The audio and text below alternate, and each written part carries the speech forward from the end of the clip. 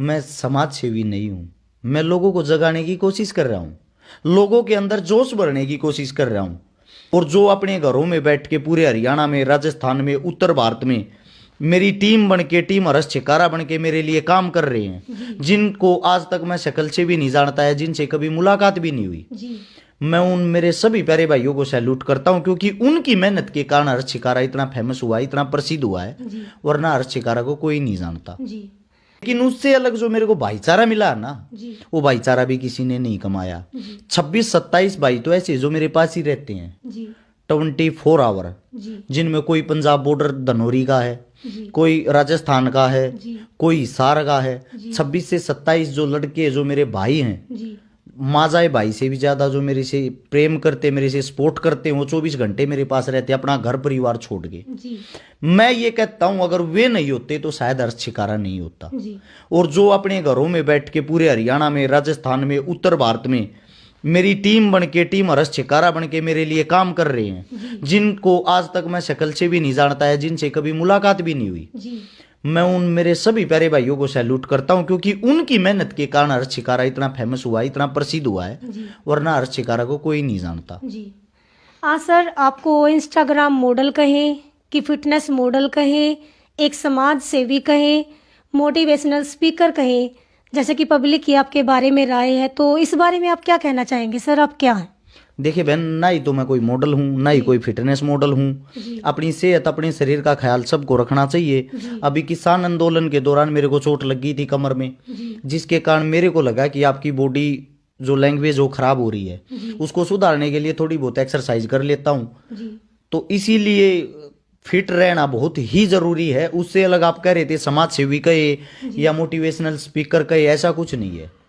हर्ष छिकारा जो भी हो रियल है, यानी कि वो रील बनने की कोशिश नहीं करता, वही कैमरे के पीछे है, वही कैमरे के आगे है। मैंने अपने जीवन में एक बात सोची है, मैं आपको बता दूं, समाज सेवा की जो बात है, मैं समाज सेवी नहीं हूं। मैं लोगों को जगाने की कोशिश कर रहा हूं, लोगों के अंदर जोश भरने की कोशिश कर रहा हूं। सबसे पहले जब मैंने पहली वीडियो डाली किसी की मदद की, मेरे को बहुत ज्यादा सपोर्ट भी मिली और बहुत ज्यादा गालियां भी। अबे तू किसी की मदद तो कर रहा है, इतना बड़ा दिखावा क्यों कर रहा है? मेरे को लोगों ने ये बोला। लेकिन उन चीजों को छोड़ के अगर आज के हालात में, हाल फिलहाल आप लोगों को देखोगे, हर गांव में, हर शहर में, हर जिले में कोई ना कोई भाई आपको समाज सेवा करता दिखाई देगा, वो भी वीडियो बना के डालते हुए। यानी कि लोगों के अंदर कहीं ना कहीं जागरूकता तो आई। अब हर्ष छिकारा अकेला सबकी मदद नहीं कर सकता। हर्ष छिकारा लोगों को जगाने की कोशिश कर रहा, यूथ को जगाने की कोशिश कर रहा। भाई आप भी घरों से बाहर निकलो, यह मदद आप भी कर सकते हो। यही कारवा बनता बनता बनता बनता आज हाल में मेरे बहुत सारे भाई जाग चुके हैं, जाग गए हैं, जो काम कर रहे हो। और आने वाले समय में हमें किसी नेता मंत्री की जरूरत नहीं पड़ेगी मदद के लिए। देख लेना आप, ऐसे ही लोगों को हम जगाते रहे ना, हम गरीब आदमियों की डायरेक्ट उनके घर पे जाके मदद करने की कोशिश करते हैं। अगर आपने देखा हो, कोई नेता मंत्री चुनाव जीतने के बाद किसी गरीब के घर मदद करने नहीं जाता। जब भी आप किसी नेता मंत्री के घर जाओ, मैं आपसे पर्सनली तौर पे एक बात कह रहा हूं, आप एक पत्रकार हो, आप मीडिया को चौथा स्तंभ बोलते हैं। आप हिम्मत रखते हो किसी एमपी एमएलए से सवाल करने की? पूरी हिम्मत रखती हूँ। हिम्मत रखती हो तो आप एक सवाल करना कि आपकी सैलरी 2-2.5 लाख रुपए होती है, और आप 5 साल के दौरान 5-5, 7-7 करोड़ रुपए की 10-10 गाड़ियां कैसे खरीद लेते हो? 100-100 करोड़ रुपए का बंगला कैसे बना लेते हो? हजारों करोड़ रुपए की प्रॉपर्टी कैसे जोड़ लेते हो उस 2-2.5 लाख रुपए की सैलरी से? शायद वो आपको जवाब नहीं दे पाएगा। क्या है, वो हमारे को ही तो लूट लूट खाते, वो कोई पैसों की मशीन थोड़ी लगा रहे हैं। जनता का पैसा जनता से ही खाते हैं। नेता क्या करता है, 100 रुपए अगर लोगों से लेगा तो सिर्फ 1 रुपया लगाएगा, 99 रुपए वो खुद खाएगा। और हम है ना, हम किसी की मदद कर दे, हमारे को बदनाम करने के लिए कुछ मूर्ख आवारा तत्व बाहर निकलेंगे और बोलेंगे पैसे खा गया, पैसे खा गया। सबसे पहली बात तो मैं आपको बता दूं, लोग ये भी कहते हैं जनता से पैसे क्यों ले रहा भाई? पैसा सारा का सारा जनता से ही आता है, जनता में ही लगता है। इन्हीं का चून है, इन्हीं का पुण्य है, इन्हीं से कमाना होता है, इन्हीं से खाना होता है। यह एक सच्चाई है। क्या कोई मंदिर में कोई भगवान मंदिर को पैसे दे सकता है? नहीं, भगत पैसे देते हैं। क्या किसी गुरुद्वारे में वहां का कोई गुरु पैसे दे सकता? नहीं, जनता ही पैसे देती है। जी तो जो कुछ भी सिस्टम है वो जनता से ही चलता है, जी जनता के बगैर कुछ भी नहीं चलता। जी और जो हमारे पे उंगलियां उठाते हैं, मैं उनसे भी कहता हूं भाई आप भी ऐसा चेहरा बनो ना, बिल्कुल आपके चेहरे को कोई पैसे दे। जी आज के बुरे वक्त में अगर आप किसी से 200 रुपए भी निकलवा लो ना किसी की जेब से, जी मान लो आप बहुत ही सच्चे इंसान हो और मैं लाखों लाखों रुपए लोगों की मदद के लिए एक एक घंटे में निकलवा सकता हूं, जी तो कुछ ना कुछ तो मेरे पे लोग ट्रस्ट करते ही होंगे। जी तो क्या है, मेरा जो कहना है, हम समाज को सुधारने की धीरे धीरे कोशिश कर रहे हैं और 100% सुधारेंगे भी, जी क्योंकि लोग इसी ट्रैक पे आ रहे हैं, एक दूसरे की मदद कर रहे हैं। जी जब ये चैन बन जाएगी ना, ये साइकिल चलनी शुरू हो जाएगी, हाँ जी हमें किसी नेता मंत्री की जरूरत ही नहीं पड़ेगी, जी क्योंकि गरीब के घर जाके हम डायरेक्ट ही मदद कर देंगे।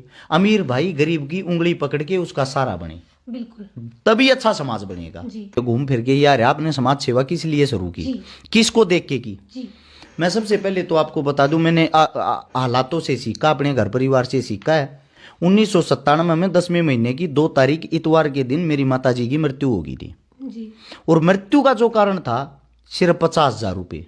जी काश उस वक्त अगर हमारी जेब में 50,000 रुपये होते तो आज मेरी भी माताजी जिंदा होती। जी बिल्कुल मेरी माताजी की मौत का कारण था रीढ़ की हड्डी टूटना, और मेरी माताजी की जो मृत्यु हुई जी पैसों के साथ साथ दूसरा कारण था, हम पावरफुल नहीं थे, जी हमारे पास सिफारिश नहीं थी। ये हिंदुस्तान है, जी अगर आपका एक्सीडेंट हो गया, आपका हाथ कट गया ना, जी पहले अस्पताल में जाके आपको फार्म भरना पड़ेगा, जी चाहे आपकी मृत्यु वहीं हो जाए, एडमिट आपको बाद में करेंगे। जी ये हालात है हिंदुस्तान के। तो जब वहां सफदरजंग हॉस्पिटल के बाहर मेरी माँ तड़प रही थी, जी मेरी माता जी को 1 हफ्ते तक बेड नहीं मिला, और बेड ना मिलने के कारण मेरी माता जी की मृत्यु होगी। मुझे उस चीज का आज भी दुख है।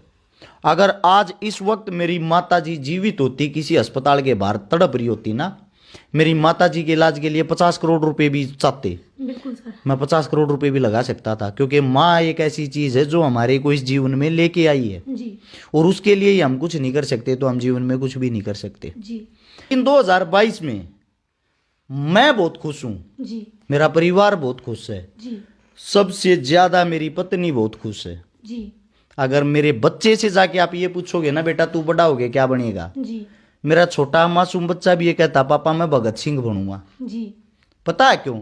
वो अपने बाप से सीख रहा है। बिल्कुल अगर उसका बाप कहीं ऐश्वर्या राय मलिका सहरा हो तो उसको दिखाएगा ना, जी तो वो वही सीखेगा। वही वो अपने बाप से ये सीख रहा है, मेरा बाप भगत सिंह से सीख के ये मदद देकर रहा है, जी मैं बड़ा होकर भगत सिंह बनूंगा। जी उसकी सोच है ये। जी अगर आप उसके बाल देखोगे, इतने बड़े बाल हो रखे, बाल नहीं कटवाता हो, जी क्योंकि मैंने छाती पे भगत सिंह का टैटू बनवा रखा है, जी और उसमें भगत सिंह ने चोटी कर रखी है। जी तो वो भी ये कहता मैं भी भगत सिंह के तरह बाल रखूंगा, भगत सिंह बनना मन है। जी यही एक दूसरे से देख के सीखते हैं। जी